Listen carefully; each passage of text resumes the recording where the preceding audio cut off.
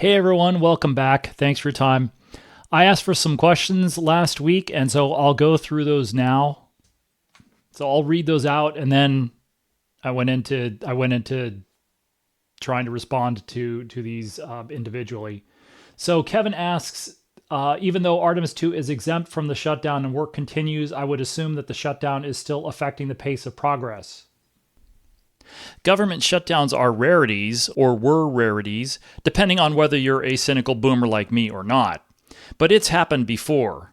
The last time was before Artemis was Artemis, just a few months before that brand name, and the 3 programs working on Artemis II now, plus their prime contractors and subs, were working on Exploration Mission 1 back then. That work didn't stop. There was a similar blackout of news updates from NASA for similar reasons. The news department is part of what the agency's public affairs office does. They do other stuff like media wrangling, etc. The last shutdown that affected NASA was back in December 2018 into January 2019. We'll see if this one goes past 5 weeks, whether there's an inflection point for the agency workforce, both the ones who are working unpaid and everyone else that's unpaid and also furloughed. If the shutdown goes on for long enough, then maybe the contractors don't get their paychecks either. Then we might see the Artemis II schedule directly affected. But if nothing changes, the programs will finish launch preparations and fly Artemis II, regardless of whether the government is still shut down and whether we get to see much of the mission live or not. As I said in the last video, it's not hard to imagine a partially or mostly blacked out Artemis II mission under the current political conditions. An Artemis II blackout would be a loss for NASA and a loss for the public, but somebody is winning, and they probably don't care about who loses. And then Melker 1981 and Alrighty Dave ask about this alternative Blue Moon Mark I idea as an alternative to Starship HLS. How likely do you think the alternative idea is that's being studied, and how do you think it would actually work? Interestingly, I'm recording this on Monday, October 20th, and acting NASA Administrator Transportation Secretary Sean Duffy was on Fox News and CNBC, among others. Now he is acknowledging that SpaceX is behind schedule for Artemis III and that he's going to open up the contract. SpaceX has the contract. SpaceX, an amazing company. They do remarkable things. But they're behind schedule. And so the president wants to make sure we beat the Chinese. He wants to get there in his term. So I'm in the process of opening that contract up. I think we'll see companies like Blue get involved and maybe others. We're going to have a space race in regard to American companies competing to see who can actually get us back to the moon first. There will be somewhat more to say about that later, although the quick take is that all the same questions remain unanswered and untouched. The concept for a modified Mark I, or using the Mark I as the basis for an alternate HLS option for Artemis III, is fuzzy. What we have right now is inconclusive. The first question is, what is it in some level of detail? As an example of what we'd need to see, NASA HLS just shared an updated concept of operations graphic for the baseline Blue Moon ConOp. This is a level of detail we'd need to see to draw any conclusions about the Mark I concept. If the concept is based on multiple Mark I spacecraft and there's no refueling, another question is how long can Mark I loiter in lunar orbit? Or does this rely on the type of high-frequency launch tempo that SpaceX has with Falcon and is driving towards with Starship? If there's a 10-day to 2-week-long lunar launch period, do all of those New Glenn launches have to happen in that same time frame, a couple of weeks? One of the spacecraft would have to loiter in the Gateway orbit, which is in a class of cislunar orbits known as a near-rectilinear halo orbit. One of those spacecraft units would need to loiter there until Orion is launched and arrives there. That spacecraft unit could operate as a passive docking target for Orion, but it sounds like at least one of the Mark I derivative units will have to have active rendezvous proximity operations and docking capabilities, RPOD. So, if there are multiple units involved, where do the other units rendezvous? In the same Gateway orbit? Or maybe in low lunar orbit? The Mark II spacecraft was planning to utilize the Gateway itself on Artemis V. If this idea is based on the assumption of a long delay, is Gateway back in the mix? Or maybe they rendezvous on the surface. That's one way to skip the active RPod functionality, land all the other units within a short distance of each other on the moon. Or is it all of the above? Do you station spacecraft in all of those places to cut down on the delta V splits? There's one from NRHO to low lunar orbit, and one from low lunar orbit to the surface. And there's only safety in making a full round trip, regardless of how many spacecraft that takes. The bigger question, even being in the dark about the technical proposal, is when it's likely to be available, as opposed to whether it's likely. Well, that, and maybe its companion question pair, how much money will it cost, and who is going to pay for it? Given enough time, lots of concepts could be realized, but time is the critical figure, at least as currently defined by Congress. The feasibility question is really about whether this concept can be realized before Starship HLS and before the Chinese, and probably also before the end of the decade. If this concept is cutting it close to the end of the decade, that suggests there's concern that Starship HLS could have that much schedule risk. But it also means that the baseline Mark II concept, which itself was supposed to be ready in April 2028, is also going to be too late to make the end of the decade. For what it's worth, Artemis V was delayed to 2030 a while ago, and Blue Origin may have adjusted its schedules. But maybe not. The Mark I missions themselves are already 2 years late.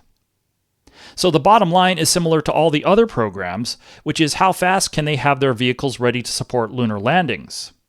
Or ground equipment in the case of exploration ground systems. But all of them have to be ready for Artemis III to get this crew out to the moon, and then for 2 of them to land. Which brings us back to the bigger timing question. Is this concept feasible in 2028, 2029, or what? Alan1345 asks, do you think at least short-term NASA has the support and funding for Artemis? What would optimal look like from a budget standpoint? It's not just the levels of money, but the curve. It's possible or inevitable that the cumulative Artemis funding will surpass the funding for Apollo. What made Apollo unique to NASA's history, and gave almost everyone the wrong idea, is that most of the money was spent up front. Looking at this funding curve, if you put your foot down and flatten that big bump out, the money still gets spent, but over a longer period of time. The big difference is bang for the buck. The front-loaded Apollo budgets from 1961 through 1965 or 66 allowed production capacities that produced 15 Saturn V vehicles by the end of the decade, and famously 2 of them were left lying on the ground. That big funding bump occurred within a few years of NASA's creation, and it gave some people the idea that it could be repeated. But that was the exception, not the rule. It might be how private business funds big projects. We can see evidence of large CapEx investments by SpaceX in Starship production infrastructure, for example, but that's much more money than NASA gets now, and much faster. Government funding will be lower and slower, and that's unlikely to change. Ironically, the SLS budget actually rose over time, but the program was sized in 2011 to its initial 5-year plan, which at the outset defined 2 launches in the span of 4 years. Given all the other issues that get pointed out about government institutionalized bureaucracy, regulations, and the big differences between 1965 and 2025, it's another argument for a commercial model, which can sustain large CapEx investments longer than the government is willing to now, especially if we're talking about non-defense discretionary budgets. Stephen asks, assuming you know quite a bit about orbital mechanics, no I don't, knowing February 5th around 8 p.m. local is the first launch opportunity and what the windows were for Artemis I, can you extrapolate? I responded in the comments too because I don't know enough about orbital mechanics to do any of that. My understanding of the lunar launch periods at the beginning of 2026 is that there are a few days with launch windows towards the beginning of the month. Since we're talking lunar launch windows, those are based on the lunar month, which is shorter than calendar months. And that's still not even remotely enough information to come up with a launch calendar. I do know that I can repeatedly ask NASA, or NASA Public Affairs. In the past, they said that they would release an availability calendar when they get to the final analysis cycle, and the last time I asked, they said they were still in a preliminary cycle. I'm fine with NASA releasing preliminary numbers because I'm trying to plan coverage and travel and so on. I would like to have a preliminary understanding of the actual daily launch windows, when they open, their durations, launch azimuth targets, etc. For the media, times and date ranges are important for preparing travel arrangements and camera setups, although I won't necessarily be doing the latter. But I'm not NASA, of course. As usual, what I think of as not enough, NASA typically rules that's too much. Brian asks how far the other SLS launch vehicles are for Artemis 4, 5, and beyond. And then he also asks about the status of Blue Moon for Artemis 5. I've covered the production status of the SLS vehicles in more depth in the quarterly review videos. At a high level, the Artemis III vehicle is only missing the core stage, which is in early phases of final assembly. SLS leverages pre-existing booster and RS-25 hardware, so those elements are either done or almost done for Artemis IV. The rest of the Artemis IV vehicle is still in rudimentary form, in particular the two stages, the core and exploration upper stage. For Artemis 3 and 4, we don't have that good of an idea about completion dates, other than that we're still hearing there's a path for the outstanding hardware to make the official dates for both missions. Artemis 3 is still officially mid-2027, and Artemis 4 is still officially September 2028, which, if you like, is basically fiscal year 2029. Regardless, that's not much time given the current production rates for the stages. We're less than 3 years from the Artemis 4 target date right now. The state of the Artemis 5 SLS is more murky. The boosters and RS-25 engines look like they'll be fine. Northrop Grumman was ready to start production of the SRB motor segments, and L3 Harris should have the first set of production restart engines done in the next year or so. However, there's no finalized contract for building the core stage and EUS for Artemis 5. There is a contract mechanism in place that could be used, and Congress has set aside money for production. However, we don't know much more than that. We saw one core stage engine section structure, but not the other. That's all. It's not clear what the status is for the second EUS flight article either, whether all the long leads are bought and being fabricated or not. I went through the recent status of the Artemis 4 and 5 vehicles in a little more detail in the previous 2 quarterly review videos, but we don't have that much to go on these days. I put a link to the playlist of those quarterly videos in the upper right, and I'll put that link in the description too. The status of Blue Moon development for Artemis 5 is unclear. It's similar to what we're seeing with Starship HLS, where there's a lot of private technology development, but we're not seeing that, or test hardware, or flight hardware. We did just get an updated concept of operations for Blue Moon and Artemis 5, and that was interesting to see because it changed. Previously, the concept had the Mark II lander launched directly to the gateway orbit by a single New Glenn launcher. The cislunar transporter would be refueled by multiple New Glenn GS-2 tankers in low Earth orbit, head to the gateway orbit where it would refuel the Mark II lander. This update shows a lot more refueling is necessary in Earth orbit, which resembles the rumors we're hearing about the Starship architecture. Now the question we've been asking about Starship for at least a couple of years, quote-unquote, how many tankers, seems to be a generic HLS question for both Starship and Blue Moon. Now the Mark II lander needs to be refueled in LEO and in the gateway orbit. Now just called the transporter, that needs to be refueled in LEO and in a stair-step Earth orbit. SpaceX called theirs a final tanking orbit in regulatory filings.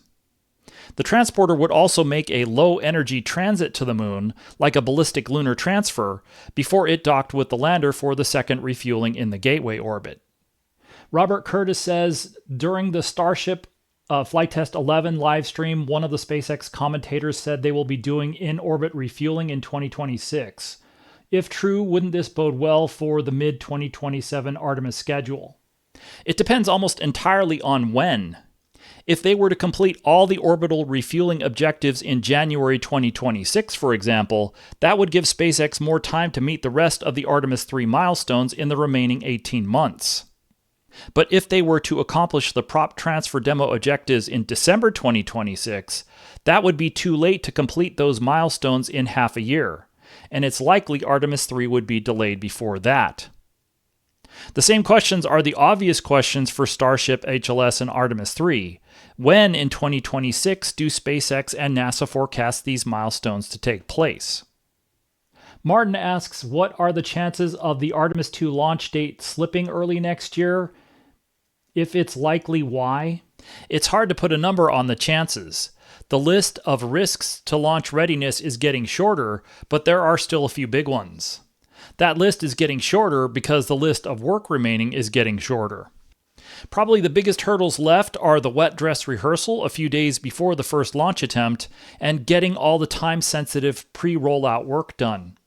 Exploration Ground Systems made a lot of upgrades and changes to their equipment and to their software based on lessons learned from Artemis I, but also plans in place before Artemis I, such as adding the emergency egress systems to the mobile launcher. They've already tested a lot of those upgrades and changes during the Artemis II launch campaign, but the WDR is probably the highest fidelity verification that the machines and the people are ready for launch. From the outside looking in, I think there's a higher level of worry about hydrogen leaks than from the inside. I guess it depends on how you look at it. For Artemis I, they were able to fully load hydrogen into both SLS stages for the last two tankings, the one before the Hurricane rollback and the one where they launched. Before that, they had issues with the gaseous nitrogen supply that forced the first rollback, the one planned rollback after the WDR in June 2022, and then one of the hurricanes they had to deal with forced the last Artemis I rollback. They had hydrogen issues throughout, but they have access to that equipment on the pad, and they fixed the last leak on the pad in September 2022. The risk for the WDR this time is probably from making so many changes. They have a second gigantic LH2 sphere at the pad that is now online and will support more frequent launch attempts if they are necessary. Hopefully we will be able to follow the WDR countdown a little better this time, but that's based on the assumption that the government shutdown and NASA news blackout ends with the return of the full agency workforce. And that hasn't happened yet.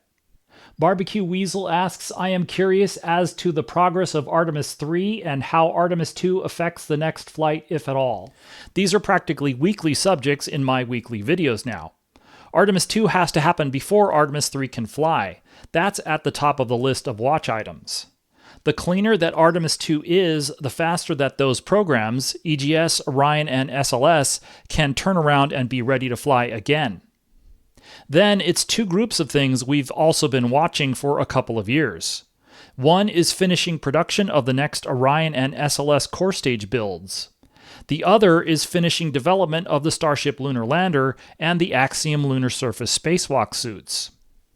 Artemis III is still officially scheduled for mid-2027.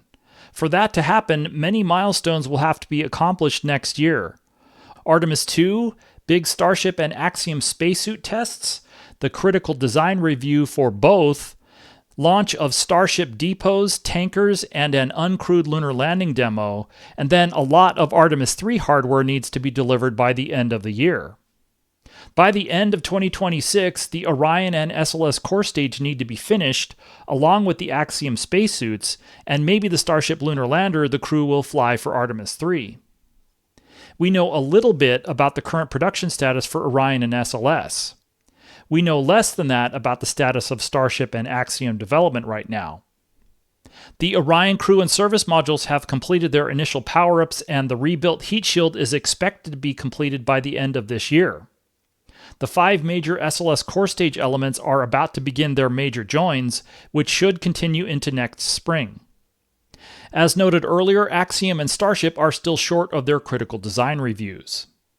Alan asks, just a fun day, dream thought, what do you believe NASA could achieve in a 25-year time frame if, hypothetically, Congress decided to give NASA an annual $1 trillion budget? Collectively, we're bipolar. I mean, our collective mood swings are from one extreme to the other. That's an expensive hobby or habit to maintain. It's like the old Simpsons joke about we have 2 sizes of t-shirts for everyone, too small and too large. That much money would be too much. I'm not sure how much military spending is, but it's a lot. We spend a lot on that because it's widely considered necessary, not necessarily that it's cost effective. It's almost like the question, what would I do if I won the lottery? Except I think the chances of a really big NASA budget are many times worse. Spherical Cow's question is, NASA has just fired 550 people from JPL, Jet Propulsion Laboratory. Other cuts are probably happening elsewhere. Are there yet any clear or emergent/anticipated potential impacts from these firings and reorganizations upon the Artemis program in the near, mid, or longer term? I don't think any impacts are clear at this point, considering that it's not something that everyone wants to get publicity. It should become clear in the midterm and longer term, certainly by the end of the decade. We'll likely be able to use China's space program as a measure. They have many of the same or similar aspirations, but they aren't cutting funding and firing workforce. To be fair, China's progress with beyond Earth space exploration might be harder to see, but we can see what they've done with their lunar program already. By the end of the decade, we might see where they are with their crewed lunar program, but also with Mars sample return and missions perhaps to the outer planets. Nicholas asks about previous suggestions that he's wondered about in terms of alternate ways of stacking the Orion launch abort system. For what it's worth, EGS used to be GSDO, Ground Systems Development and Operations, and early in development, just 1 month after SLS became an official thing, so October 2011, they were studying a concept where they lifted the Orion short stack into the VAB first, and then mated the LAS tower, installed the ogives, and did all the closeouts. What we'd have to ask is what were the pros and cons of moving all that from the VAB to the LASIF, which was then still the canister rotation facility. The rest of LAS assembly is done horizontally, which allows probably safer access for personnel during those operations. Orion CSM assembly and test is done vertically. The question about changing the current assembly sequence or going back to previous concepts of operations are the pros and cons for that, mostly the advantages. I'm not sure what the advantages are. We'd have to go back to the overall pros and cons. Thanks for watching. Like and subscribe if you find these videos informative and want to find out what's going on with Artemis every week. Also, you could join the channel. Members get additional content and postings, or you could make a one-time donation to my Buy Me a Coffee page. That's in the description as always. Thanks again, and I'll see you next time.